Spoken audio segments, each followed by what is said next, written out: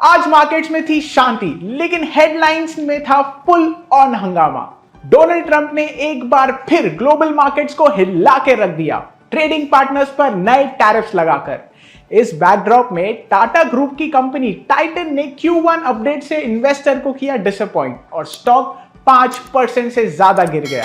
लेकिन textile stock ने scene पलट के रख दिया, क्योंकि बांग्लादेश पर यूएस ने 35% टैरिफ ठोक दिया, जो इंडिया के लिए एक बड़ी एडवांटेज बन सकती है। कोटक बैंक ने अपने बिजनेस अपडेट के बाद टॉप गेनर्स के लिस्ट में जगह बनाई और टाटा मोटर्स भी न्यूज में रहा JLR के Q1 अपडेट के चलते। ग्लोबल टेंशन, लोकल ट्रिगर्स और स्टॉक स्पेसिफिक ड्रामा, सब कुछ मिलेगा आज के वीडियो में, तो एंड तक जरूर देखना। और हाँ, इन्फॉर्म्ड इन्वेस्टर ऐप डाउनलोड करना मत भूलना। हर मार्केट अपडेट सबसे पहले और सबसे क्लियर।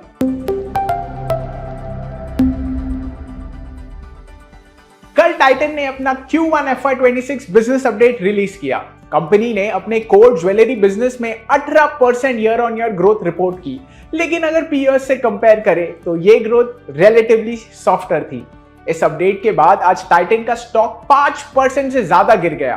टाइटन इंडिया एक टॉप ऑर्गेनाइज्ड ज्वेलरी रिटेलर्स में से एक है, जो अपने फ्लैगशिप ब्रांड तनिष्क, मिया और जोया के लिए जाना जाता है। FY25 के एंड तक कंपनी के पास 1000+ ज्वेलरी स्टोर्स नेटवर्क था अक्रॉस इंडिया, जिसमें Tier 2 एंड Tier 3 सिटीज भी इंक्लूडेड है, जो उसके स्ट्रॉन्ग पैन इंडिया प्रेजेंस को दिखाता है। ज्वेलरी बिजनेस टाइटन का टोटल रेवेन्यू का 89% से भी ज्यादा हिस्सा बनाता है। इसके अलावा कंपनी का presence watches and wearable, eyewear, fragrances और फैशन एसेसरीज जैसे कैटेगरीज में भी है, जिससे टाइटन एक डाइवर्सिफाइड लाइफस्टाइल कंपनी बन जाता है under the Tata group umbrella. Titan के ज्वेलरी सेगमेंट ने Q1 FY26 में 18% YOY रेवेन्यू ग्रोथ दिखाई, जिसका मेजर बूस्ट अक्षय तृतीया की स्ट्रॉन्ग डिमांड से आया। लेकिन हाई गोल्ड प्राइसेस की वजह से कस्टमर सेंटिमेंट थोड़ा इंपैक्ट रहा, जिसके चलते बायर ग्रोथ फ्लैट रही क्वार्टर के दौरान। साथ ही गोल्ड कॉइन्स की हायर सेल्स के चलते टाइटन का स्टडेड ज्वेलरी का रेशियो YOY गिर गया, जिसका थोड़ा नेगेटिव इंपैक्ट पड़ा प्रोडक्ट मिक्स पर। दूसरी तरफ टाइटन के बाकी बिजनेसेस जैसे वॉचेस, आईवेयर और इमर्जिंग कैटेगरीज ने Q1 FY26 में healthy double digit growth maintain किया। ज्वेलरी रिटेल में जो शिफ्ट हो रहा है अनऑर्गेनाइज से ऑर्गेनाइज सेक्टर की तरफ, वो ट्रेंड आगे भी कंटिन्यू रहेगा और इस स्पेस में टाइटन की डोमिनेंस एक्सपेक्टेड है।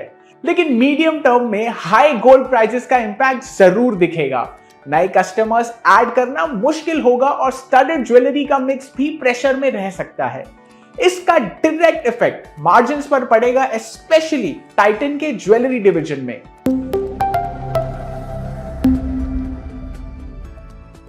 आज के ट्रेड में इंडियन टेक्सटाइल स्टॉक्स ने जबरदस्त रैली दिखाई। ट्राइडेंट, वर्धमान टेक्सटाइल, KPR मिल, आलोक इंडस्ट्रीज जैसे स्टॉक ने 13% तक ऊपर चले गए। सब कुछ एक बड़ी खबर के बाद। डोनाल्ड ट्रंप ने बांग्लादेश के ऊपर 35% का इंपोर्ट टैक्स लगाया है।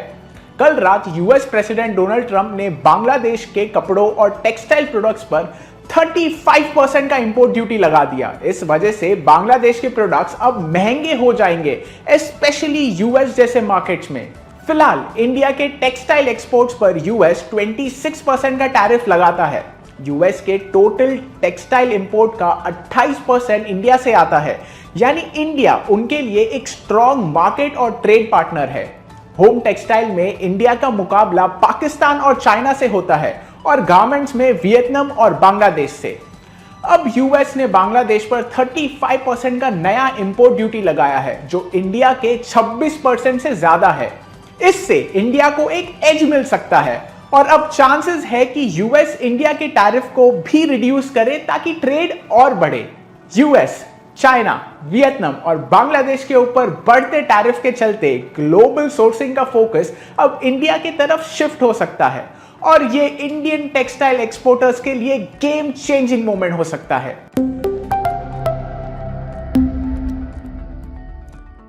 आज के ठंडे मार्केट में कोटक महिंद्रा बैंक का स्टॉक पोल पोजीशन पर था। ऑलमोस्ट 4% के गेन के साथ निफ्टी 50 का लार्जेस्ट गेनर रहा। बैंक ने Q1 बिजनेस अपडेट पब्लिश किया। कोटक महिंद्रा बैंक ने टोटल लोन्स 14% से ग्रो हुआ है, जो कि इंडस्ट्री लीडिंग ग्रोथ है। साथ ही डिपॉजिट्स 14.6% से ग्रो हुए। कासा, जो कि बैंक के लो कॉस्ट डिपॉजिट होता है, वो सिर्फ 7.9% से ग्रो हुए और कासा रेशियो भी मल्टी क्वार्टर लो पर है। मगर गिरते इंटरेस्ट रेट के सिनारियो में नीचे जाता कासा रेशियो ये कोई बहुत बड़ा कंसर्न नहीं है। ओवरऑल परफॉर्मेंस पिछले क्वार्टर के ग्रोथ से काफी बेहतर रहा और आगे जाके भी मार्केट टोटल लोन्स के ग्रोथ पर फोकस्ड रहेगा। इसीलिए आज बैंक का स्टॉक 4% से ऊपर था।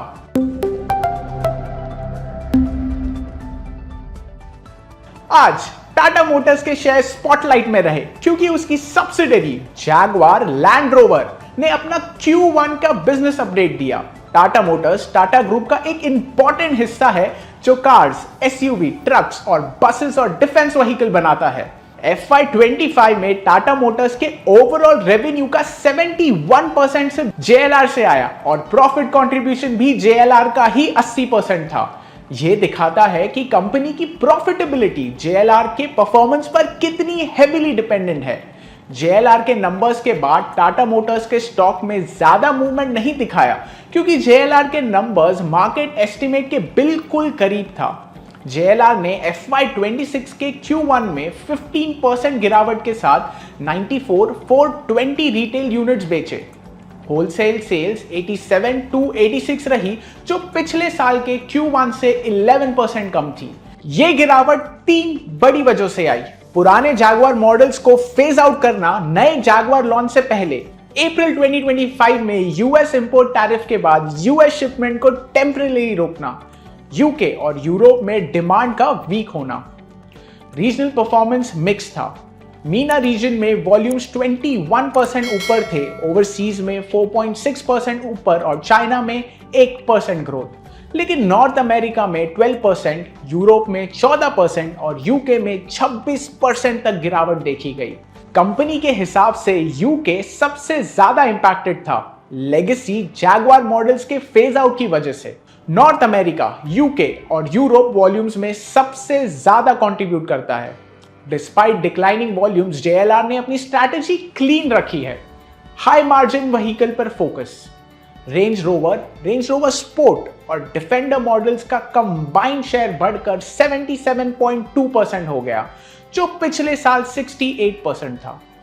यह दिखाता है कि JLR का स्ट्रॉन्ग प्रोडक्ट मिक्स कंपनी को यूएस टैरिफ और वीक डिमांड के इंपैक्ट से बचा रहा है। फाइनेंशियल्स की बात करें तो FY25 में टाटा मोटर्स का रेवेन्यू में थोड़ी सॉफ्टनेस देखने मिला, जिसका reason overall auto sector slow down था। कंपनी का रेवेन्यू FY25 में सिर्फ 1.3% बढ़ा और EBITDA में 8% की गिरावट देखी गई। इस वजह से EBITDA मार्जिन्स भी FY24 के 14.5% से घटकर 13.1 पर आ गए। आने वाले क्वार्टर्स में JLR का फोकस अब प्रीमियम पोर्टफोलियो मिक्स पर है, जिसका सीधा फायदा मार्जिन्स पर दिख रहा है। हाई एंड मॉडल्स जैसे रेंज रोवर और डिफेंडर की डिमांड स्ट्रॉन्ग बनी हुई है। साथ ही JLR ने FY25 में पॉजिटिव कैश फ्लो भी रिपोर्ट किया, जो दिखाता है कि उनका स्ट्रैटेजी क्लियर काम कर रहा है।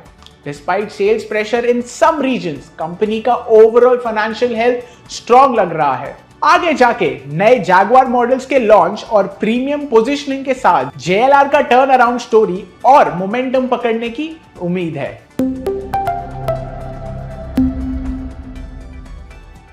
इंडियन इंडेक्सेस फिर से फ्लैट खुले, ग्लोबल क्यूज रिफ्लेक्ट करते हुए। यूएस और दूसरे एशियन मार्केट्स गिरे यूएस टैरिफ के फुल इंपैक्ट के बीच। FIIs 5 दिन की लगातार सेलिंग के बाद नेट बायर्स बन गए। DII 1 दिन की सेलिंग के बाद फिर से नेट बायर्स बने। जुलाई में अब तक FIIs ने 1389 करोड़ के इक्विटीज बेच चुके हैं। रुपी ब्रिक्स के टैरिफ के चलते स्लिप हुआ, लेकिन रुपीस 85.75 पर डॉलर पर 10 पैसा स्ट्रॉन्ग खुला क्योंकि इंडिया यूएस हाइक से एक्सक्लूडेड था। गोल्ड के दाम एशिया में स्टेबल रहे, जबकि मार्केट्स ने नए यूएस टैरिफ को एक्सेस किया। स्ट्रॉन्ग डिमांड ने ओपेक्स प्लस आउटपुट हाइक और यूएस टैरिफ के कंसर्न्स को ऑफसेट कर दिया। This is Prithvi Agarwal signing off. Investments in securities market are subject to market risks. Read all the related documents carefully before investing.